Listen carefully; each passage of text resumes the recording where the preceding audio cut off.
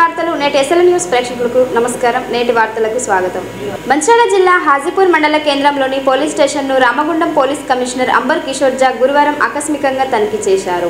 Police station పరిసరాలతో పాటు police స్టేషన్లోని reception centre సందర్శించి రికార్డులను పరిశీలించారు. అంతకుముందు స్టేషన్ ఆవరణలో సిపి మొక్కలు నాటారు.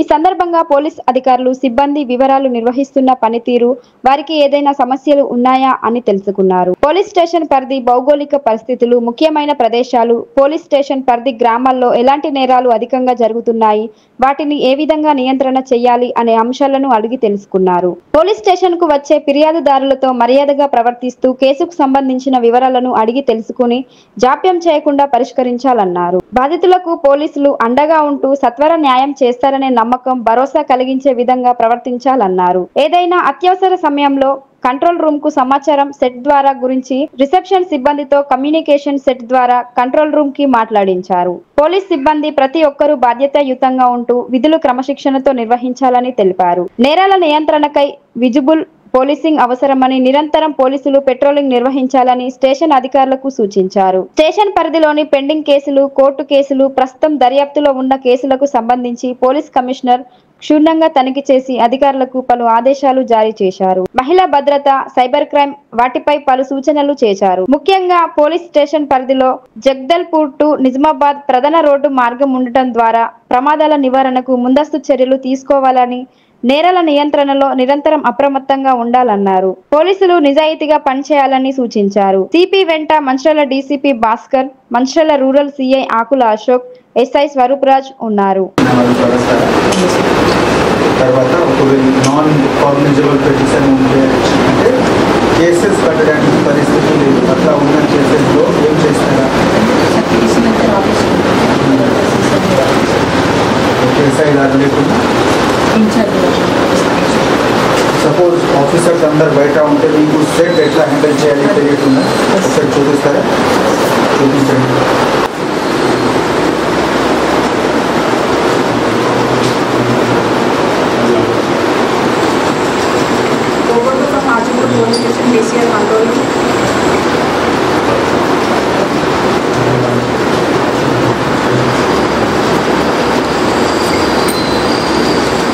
Police control room from Alpha.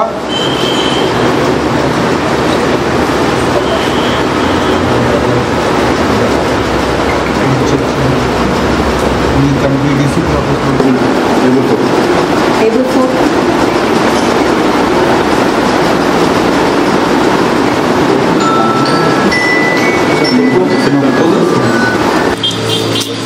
Watch గ్రౌండ్లో ఉంటే మనము కింద వచ్చేస్తాం, పైన ఉంటే డే బైనాక్యులర్స్ ఒక్కొక్క రోజు పెట్టి జస్ట్ అబ్జర్వేషన్లో ఉండాలి.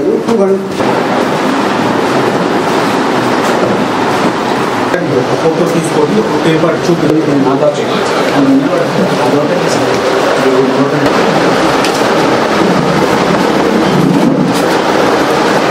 థెఫ్ట్ కేస్ 51/25 డిటెక్ట్ అయింది. ఏం ఎఫర్ట్ ఉంది? ఫిబ్రవరి నెల నుంచి ఇప్పటి వరకు want for want of A proof కావాలి?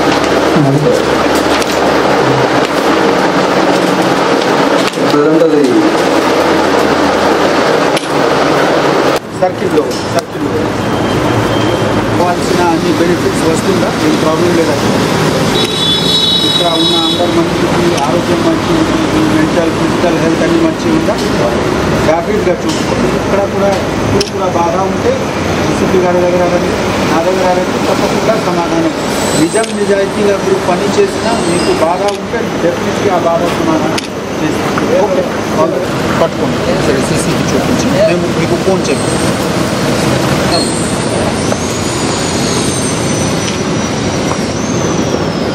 ఈరోజు నేను హాజీపూర్ పోలీస్ స్టేషన్ ఇన్స్పెక్షన్కి వచ్చాము.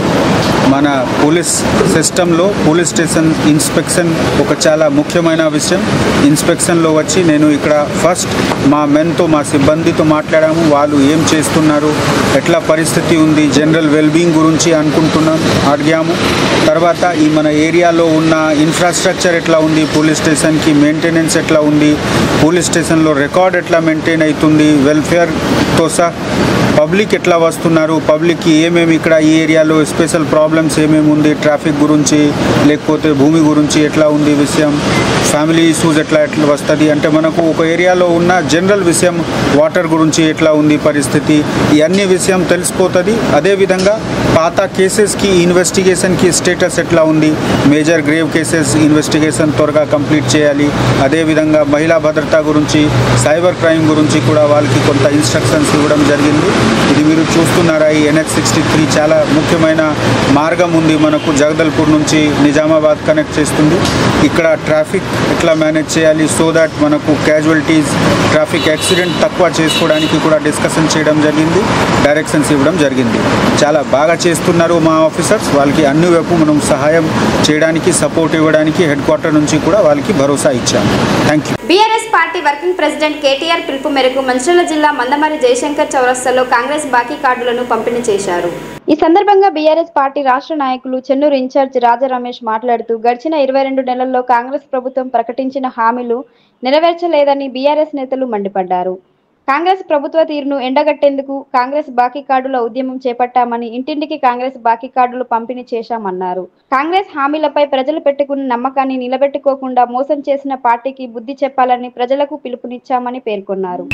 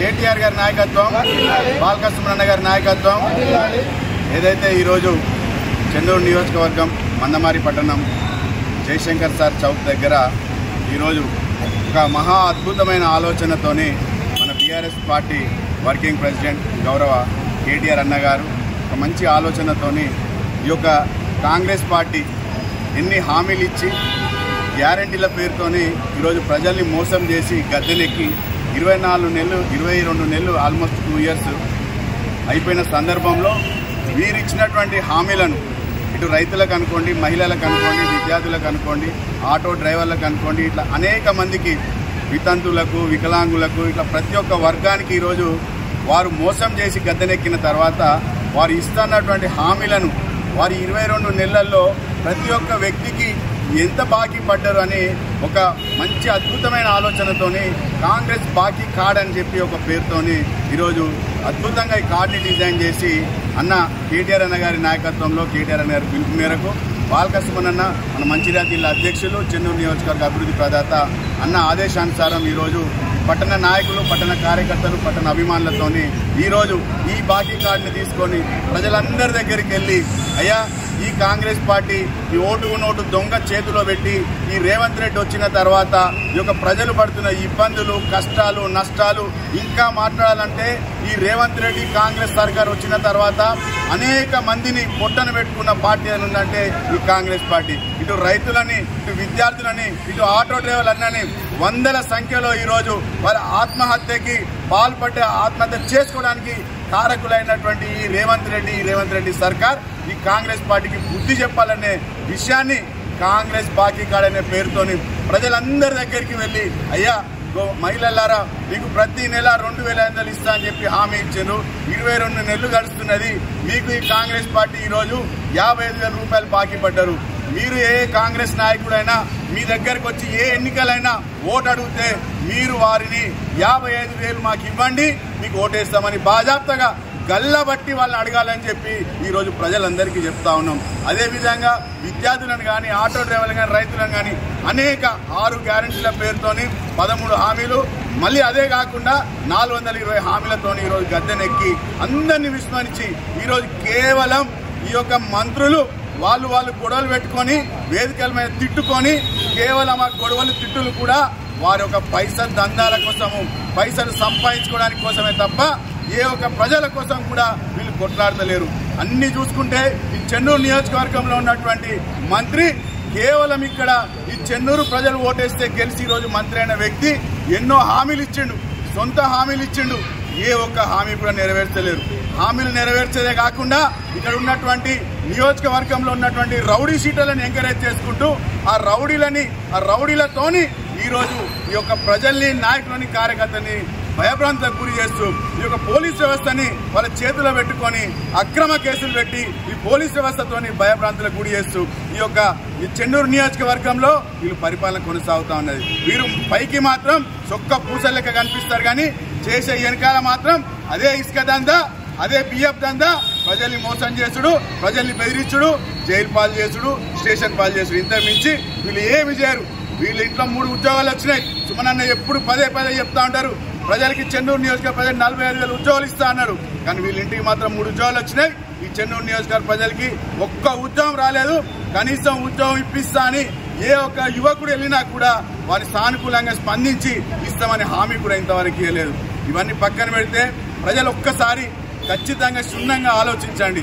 ఈ గులాబీ జెండా, ఈ బీఆర్ఎస్ పార్టీ, అప్పుడున్నటువంటి టీఆర్ఎస్ పార్టీ కేవలం మన తెలంగాణ రాష్ట్రాన్ని సాధించుకోవడానికి కేసీఆర్ గారి నాయకత్వంలో ఎన్ని కష్టాలు పడ్డదో మీకు తెలుసు. ఆఖరికి కేసీఆర్ గారు చావు నోట్ల తల పెడితే తప్ప మనకి తెలంగాణ రాలేదనే విషయాన్ని మర్చిపోద్దు. తెలంగాణ సాధించుకున్న తర్వాత 10 సంవత్సరాలు ప్రజల కోసం మనం పరిపాలన కొనసాగించినాం. ఈ రోజు మనం ప్రతిపక్షంలో ఉన్నా కూడా కేవలం ప్రజల బాగు కోసము, ప్రజలకు మంచి జరగాలని, ప్రజలకి కాంగ్రెస్ పార్టీ ఇచ్చిన హామీలను నెరవేర్చాలని తపనతోనే కేటీఆర్ అన్న గారు ఒక మంచి ఆలోచనతో ఈరోజు కాంగ్రెస్ పార్టీ కాడానికి ఈరోజు అద్భుతంగా డిజైన్ చేయడం జరిగింది. ఇదే కాకుండా ప్రజలకు అందరికీ కూడా చెప్తా ఉన్నాను, జూబ్లీహిల్స్ ఎన్నికలు కూడా రేపు జరగబోతా ఉన్నాయి. ప్రజలు మీరు ఆలోచించండి. మాగంటి గోపీనాథ్ అన్న తన ప్రజా జీవితాన్ని ప్రజల కోసమే కేటాయించారు. ఆయన మరణానంతరం పార్టీ మేము కుటుంబ సభ్యులు మేమంతా ఉన్నామని చెప్పి సునీతమ్మకి టికెట్ ఇచ్చిండ్రు. ఆయనకు వ్యతిరేకంగా నిల్చుని ఎవరు మీకు తెలుసు కదా, ఒక రౌడీ షీటర్. ఆ రౌడీ షీటర్కి ఓటేస్తారా? బుల్డోజర్ని తెప్పించుకొని మీ ఇల్లులు కూడా కొట్టుకుంటారా?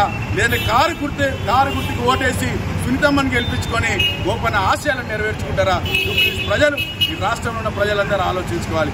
ఏ ఎన్నికైనా ప్రజలందరినీ కోరుకునేది ఒకటే, ఈ యొక్క తెలంగాణ రాష్ట్రానికి శ్రీరామ రక్ష ఎవరంటే కేసీఆర్ గారు, బీఆర్ఎస్ పార్టీ అనే సంగతి ప్రజలు మర్చిపోవద్దని మేమంతా గుర్తు చేసుకుంటూ ఈ నియోజకవర్గం మందమరి పట్టణంలో ఈరోజు ఇక్కడ ఇస్తున్నటువంటి ప్రోగ్రాం ప్రతి వార్డులో ప్రతి నాయకులు, ప్రతి ఇన్ఛార్జీలు, కార్యకర్తలు తిరిగి ఇంటింటికి వెళ్ళి బాకీ కార్డు ఇచ్చి ప్రజల్ని చైతన్యవంతం చేసి ఖచ్చితంగా రానున్న ఏ ఎన్నికైనా టీఆర్ఎస్ పార్టీ కారు గుర్తుని గెలిపించుకుంటానని చెప్పి నేను హర్షం వ్యక్తం చేస్తూ ఇక్కడ నాయకుల కార్యకర్తలు అందరికీ కూడా పేరు పేరున ధన్యవాదాలు తెలియజేసుకుంటాను. మంచిర్యాల జిల్లా చెన్నూరు పట్టణంలో బీజేపీ జిల్లా అధ్యక్షుడు నగునూరి వెంకటేశ్వర్ గౌడ్ విలేకరుల సమావేశం నిర్వహించారు.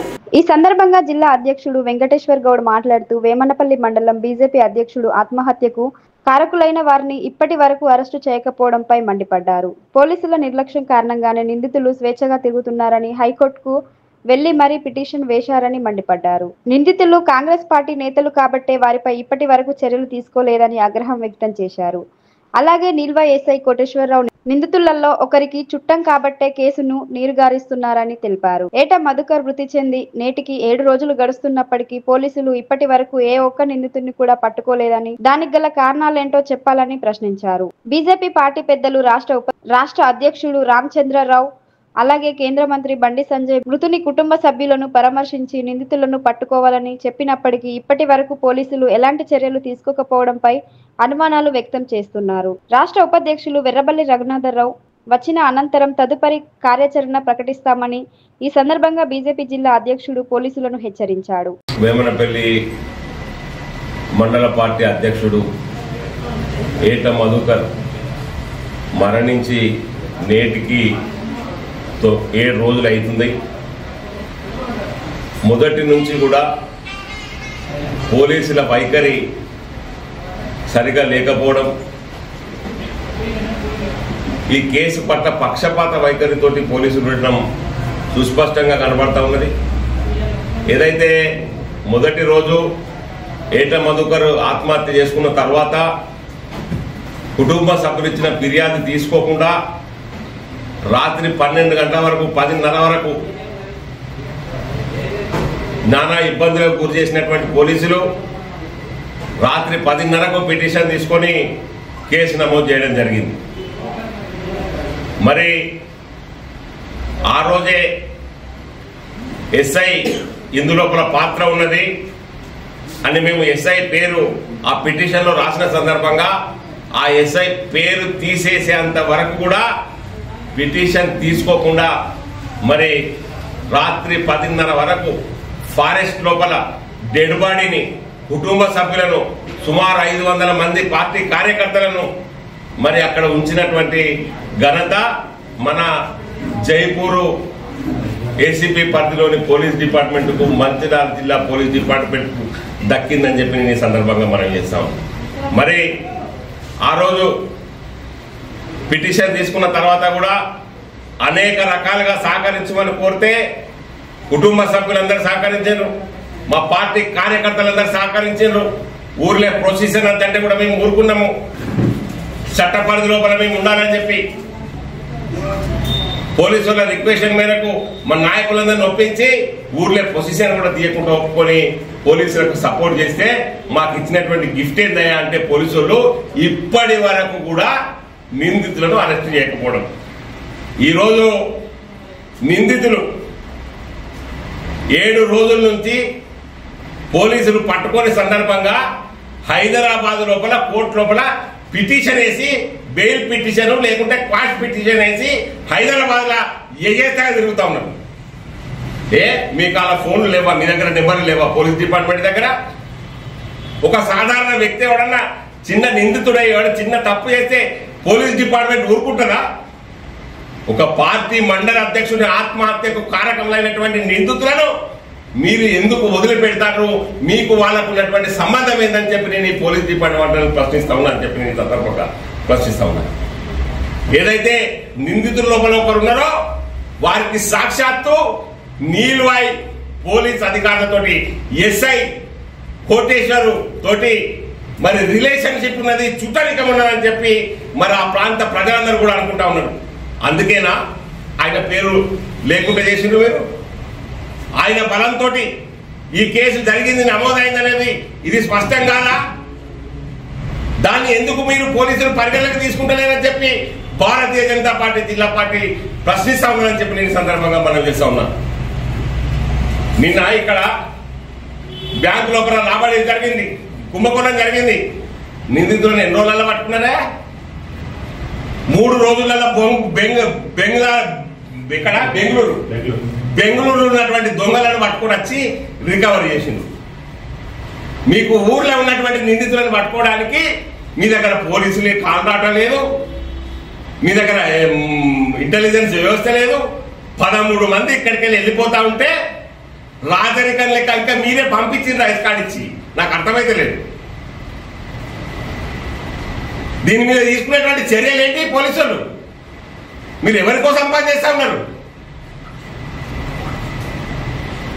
సాక్షాత్తు కేంద్ర మంత్రి వచ్చి అడిగినా కూడా మీ దగ్గర స్పందన లేదంటే వేమనపల్లి ప్రజలను మీరు ఏం చేద్దామని అనుకుంటారని చెప్పి నేను పోలీస్ శాఖ వారిని ప్రశ్నిస్తా ఉన్నా అని చెప్పి నేను ఈ సందర్భంగా తెలియజేస్తా ఉన్నాను. మిత్రులారా, ఇక మా బెల్లంపల్లి శాసనసభ్యులు మొత్తం ప్రేమ ఒలకబోసిర్రు బీజేపీ మండల పార్టీ అధ్యక్షుని కుటుంబం మీద. అపారమైనటువంటి సానుభూతి చెప్పిన సంతోషం. మీ సానుభూతికి చాలా కృతజ్ఞతలు వినోద్ గారు. కానీ మీ యొక్క ఈ నిందితులు 13 మంది ఎక్కడున్నారో మీకు తెలియదా? వీళ్ళు మీ షెల్టర్లోనే హైదరాబాద్ లో ఉన్నారని మేము అంటా ఉన్నాం. మీరెందుకు కలిపోలి మాటలు చెప్తా ఉన్నారు? మీరు వీడియోలో చెప్పింది కదా, చట్టం తన పని తాను చేసుకపోతుంది, ఎంబడే అరెస్ట్ చేస్తామని, చట్ట ప్రకారం చర్యలు ఉంటాయని. ఏంటి చిన్న చిన్న కేసులు ఉన్న వాళ్ళని 5 నిమిషాలలో 10 నిమిషాలలో అరెస్ట్ చేస్తా ఉన్నారు. ఇంత పెద్ద ఆత్మహత్య సుసైడ్ కేసు. మరి వినోద్ గారు, మీ కనసనలో పనిచేసే పోలీస్ డిపార్ట్మెంట్ కి వాళ్ళు కనబడతలేరా అని చెప్పి నేను సందర్భంగా మనం చేస్తా ఉన్నాను. మీరిచ్చే డబుల్ బెడ్రూమ్ కాదు, మీరు నిజంగా ఏటమధుకర ఆత్మకు శాంతి చేకూరాలంటే మీరు ప్రసంగాలు ఇచ్చి వీడియోలు పెట్టుడు కాదు వినోద్ గారు, మీరు తక్షణం నిందితులను అరెస్ట్ చేయాలని చెప్పి నేను డిమాండ్ చేస్తా ఉన్నాను. ఎందుకు ఈ కళ్ళబొల్లి మాటలు ఎందుకు? బయట వీడియోలు చేసినందుకు వాళ్ళని తీసుకొచ్చి మీ హైదరాబాద్ లో మీ ఇంట్లో పెట్టుకోండి. మీ ఇంట్లో ఉన్నారు కాబట్టి పోలీసు వాళ్ళు అత్తలేనని అనుకుంటారు అందరూ. కాబట్టి నేను వినోద్ గారు, మీరు నిందితులకు రక్షణ ఇవ్వడం మానేయండి అని చెప్పి నేను ఈ సందర్భంగా కోరుతా ఉన్నాను. ఏమాత్రం మీకు చట్టం మీద గౌరవం ఉన్నా పోలీసులను తన పని తాను చేసుకోపోనియాలని నేను డిమాండ్ చేస్తా ఉన్నా. మరి ఇంతవరకు కూడా 13 మంది నిందితులు ఉంటే 13 మంది నిందితులు అందులో మహిళలు ఉంటారు. నీలువై నుంచి ఇంటెలిజెన్స్ చిన్న రాస్తారోపం ఉంటే మా ఊరు జిట్టి బొమ్మ కలబెడతామంటే 5 నిమిషాలల్లా 33 మంది పోలీసులు ఈ జిట్టి బొమ్మ చచ్చిపోయిన జిట్టి బొమ్మ కోసము 33 మంది పోలీసులు తిరుగుతా ఉంటారు. ఈ జిట్టి బొమ్మ పడినారు. ఒక నిందితులు పోతాంటే మీకు గడవలే పోలీస్ డిపార్ట్మెంట్కి. కాబట్టి నేను ఇప్పటికైనా తక్షణం డిమాండ్ చేస్తా ఉన్నా, మీరు పోలీస్ డిపార్ట్మెంట్ కాంగ్రెస్ పార్టీ నాయకులకు కార్యకర్తలేక కాకుండా మీకు ఈ ప్రభుత్వం ఉద్యోగం ఇచ్చింది సార్. ఈ ప్రజల పన్నులతో మీకు జీతాలు వస్తున్నాయి. వివేక్ కంపెనీలో ఉన్నటువంటి లాభాలతో మీకు, వినోద్ కంపెనీలతో లాభాలతో మీకు జీతాలు వస్తలేవు. పోలీసు అధికారులను నేను ఖచ్చితంగా చెప్తా ఉన్నా, ఇవాళ హైదరాబాద్ లోపల క్వాష్ పిటిషన్ వేసి హైదరాబాద్ లో యథేచ్ఛగా నిందితులు తిరుగుతా ఉన్నారు. వాళ్ళ సమాచారం మీ దగ్గర ఎందుకు లేదు? పాకిస్తాన్ నుంచి తీవ్రవాదులు వచ్చి దొరుకుతారు. చెన్నూరు నుంచి పోయిన మనోడు దొరకడా మీకు? కాబట్టి నేను పోలీస్ అధికారులను స్పష్టంగా చెప్తా ఉన్నా, మీరు కావలసుకునే ఈ కేసును నీరు గార్చాలని, ఏట మాధుకర్కు న్యాయం చేసే ఉద్దేశం మీకు లేదు. కేవలం కాంగ్రెస్ పార్టీ నాయకులను ఈ కేసు నుంచి తొలగించడానికి మాత్రమే పోలీస్ డిపార్ట్మెంట్ పనిచేస్తా ఉన్నది తప్ప మరి నిందితులను శిక్షించడానికి ఏమాత్రం ప్రయత్నం చేస్తున్నారని చెప్పి నేను సందర్భంగా మనం చేస్తా ఉన్నా. ఇప్పటికైనా కూడా ఈ ప్రభుత్వాన్ని నేను డిమాండ్ చేస్తా ఉన్నా, ఇదేంది రాజరిక రాజ్యమా? మొఘలుల పరిపాలన ఇదేమన్నా? ఎందుకయ్యా ఒక్కొక్క మండలానికి మీ వినోద్ గారు ఒక్కొక్క మండలాన్ని ఒక్కొక్కరికి రాసి దానదత్తం రాసిస్తే వాళ్ళు పోలీస్ స్టేషన్లో ఏం చేయాలి, కేసు ఎవరి మీద పెట్టాలి, అట్రాసిటీ కేసు ఎవరి మీద పెట్టాలి అని కాంగ్రెస్ పార్టీ నాయకులు చెప్తే పోలీసులు రాసుకుంటారు. ఇవాళ నీల్వాయి పోలీస్ స్టేషన్లో సామాన్య ప్రజలు ఎవరైనా పోతే 2 నిమిషాలల్లా అక్కడికి వెళ్ళి సమాచారము ఏసీపీ ఆఫీస్కి పోతలేదు. కాంగ్రెస్ పార్టీ కార్యాలయానికి కాంగ్రెస్ పార్టీ పెద్ద నాయకుడు ఇంటికి పోతాను. బీజేపీ వెంకన్న మా సార్ తోటి మాట్లాడతాడు, ఛాయ్ తాగిండు, మా సార్ ఛాయ్ పోసిండు ఆయనకు. ఇవనే పోలీస్ డిపార్ట్మెంట్ వాళ్ళు మీరు నౌకరు చేస్తారా, మీరు పోలీస్ డిపార్ట్మెంట్ నౌకరు చేస్తారా, మీరు కాంగ్రెస్ వాళ్ళ నౌకరు చేస్తారా? ఈ విషయం మీద సిపి గారు కూడా చెప్పిన బాధ్యులైనటువంటి అధికారులు ఎవరైతే ఉన్నారో ఇప్పటికైనా మేము డిమాండ్ చేస్తా ఉన్నాము, ఎవరైతే ఈ కేసులో నిందితుడున్నాడో ఆ నిందితుడికి సాక్షాత్ ఎస్ఐ బంధువు కాబట్టి భారతీయ జనతా పార్టీ డిమాండ్ చేస్తా ఉన్నది తక్షణం ఎస్ఐని అరెస్ట్ చేయాలి. ఎస్ఐతో పాటు తక్షణం ఇక్కడ నుంచి బలగాలను పంపించి హైదరాబాద్ లో ఉన్నటువంటి నిందితులందరినీ కూడా అరెస్ట్ చేయాలని మేము డిమాండ్ చేస్తా ఉన్నాం. అంతేకాకుండా హైకోర్టు లోపల వాళ్ళకు బెయిల్ రాకుండా కేసు తప్పుదో పట్టకుండా ఏజీ తోటి ప్రత్యేకంగా మరి మన యొక్క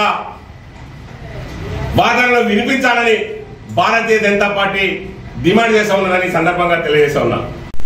హేమంతల్లి మండల అధ్యక్షుడు ఏటా మధుకర్ గారి ఆత్మహత్య పర్యావసరం ఈ రోజుకి వారం రోజులు దాటిపోయినా కానీ నిందితులను పట్టుకోలేం అని చేతులు ఎత్తేసిన వైనం కనిపిస్తుంది. అదే మరి ఇందులో ఒక కోణం కనిపిస్తుంది. ఈయన బడుగు బలహీన వర్గాలు బీసీ వర్గానికి చెందిన వ్యక్తి. అదే ఇప్పుడు ఎస్సీ ఎస్టీ బీసీలమైన మేము ఏదైనా ఒక చిన్న నేరం చేస్తే 1-2 రోజులలో పట్టుకుంటున్నారు. మరి ఇక్కడ అగ్రవర్ణాల వ్యక్తి ఒక ఆయన ఉన్నాడు. మరి దీనికి సంబంధించిన మరి 7 రోజుల కాలయాపన జరుగుతుందంటే మేము ఏం అర్థం చేసుకోవాలి? మాకు ఎప్పుడు న్యాయం జరుగుతుంది? ఎస్సీ ఎస్టీ బీసీలకు మరి ఎస్సీ ఒక అమాయకుడు ఇన్నోసెంట్ మరి రాజకీయ కక్షల నేపథ్యంలో మరి అక్కడ ఉరేసుకొని మరి చనిపోవడం జరిగింది. మరి ఎస్సీ ఎస్టీ బీసీలు ఎదగద్దా? మరి పోలీస్ డిపార్ట్మెంట్ కూడా మరి అగ్రవర్ణాలు ఇచ్చే మరి జీతంతో బతుకుతున్నారా? మరి ప్రభుత్వం ఇచ్చే జీతంతో బతుకుతున్నారా? అదే ఇప్పుడు అదే ప్లేస్ లో ఒక ఎస్సీ ఎస్టీ బీసీలు ఉంటే తక్షణమే 2 రోజులు అరెస్ట్ చేసే అవకాశం ఉంటుండే. బ్యాంకు సంబంధించిన ఉద్యోగులు బ్యాంకు రాబరీ జరిగిందంటే వాళ్ళు కొంత బడుగు బలైన వర్గాలు మొత్తం 3-4 రోజులనే అరెస్ట్ చేశారు. మరి ఇక్కడ ఎందుకు అరెస్ట్ చేయలేకపోతున్నారు? ప్రజలందరూ ఆలోచిస్తున్నారు, ఎస్సీ ఎస్టీ బీసీలు కూడా ఆలోచిస్తున్నారు. మరి ఏ విధంగా చూస్తారు? మరి పోలీస్ డిపార్ట్మెంట్ అంటే అన్ని వర్గాల వారికి అందరికి సమాన న్యాయం జరగాలి. కాబట్టి ఈ విషయం మీద మేము ఖచ్చితంగా అన్ని బడుగు బలైన వర్గాల సంఘాలతో మేము ఏకం చేసి మా భారతీయ జనతా పార్టీ కూడా ఈ విషయంలో చొరవ తీసుకొని మరి ఖచ్చితంగా రాబోయే రోజుల్లో మధుకర్ కుటుంబానికి న్యాయం జరగకపోతే తీవ్రమైన ఆందోళన చేస్తామని ఈ సందర్భంగా హెచ్చరిస్తూ భారత్ మాతాకి. నేటి ఎస్ఎల్ న్యూస్ ఇంతటితో సమాప్తం. తిరిగి ప్రసారమయ్యే ఎస్ఎల్ న్యూస్ లో మళ్ళీ కలుద్దాం. అంతవరకు సెలవు. నమస్కారం.